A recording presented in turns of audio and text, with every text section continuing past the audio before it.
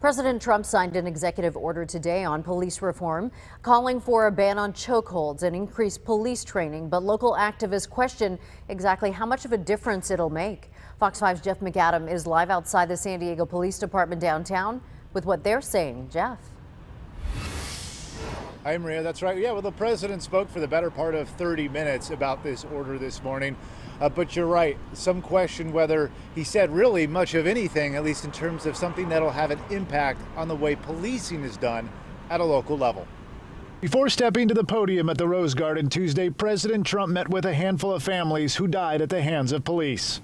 To all of the hurting families, I want you to know that all Americans mourn by your side.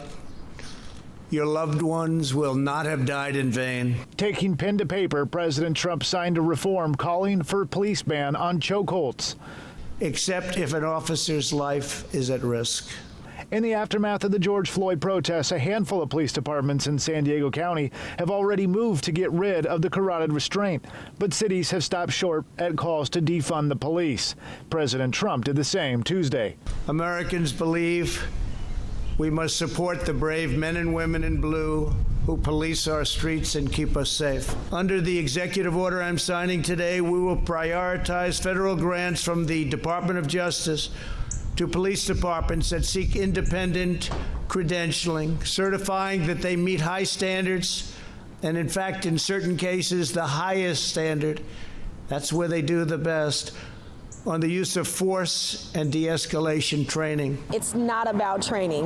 It is about way more deeper issues at the root of our policing issues and why we have disparate impacts on certain communities of color or why there are disproportionate arrests and searches. Community activist and one-time candidate for district attorney Genevieve Jones-Wright says de-escalation training already exists and isn't doing the job. She's calling for an independent community-run review board in San Diego instead.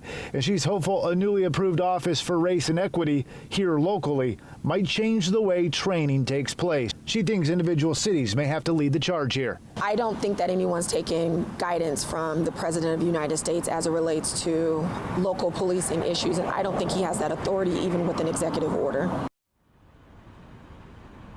And this order also calls for the Attorney General to create a national database which tracks instances of excessive force when it involves police.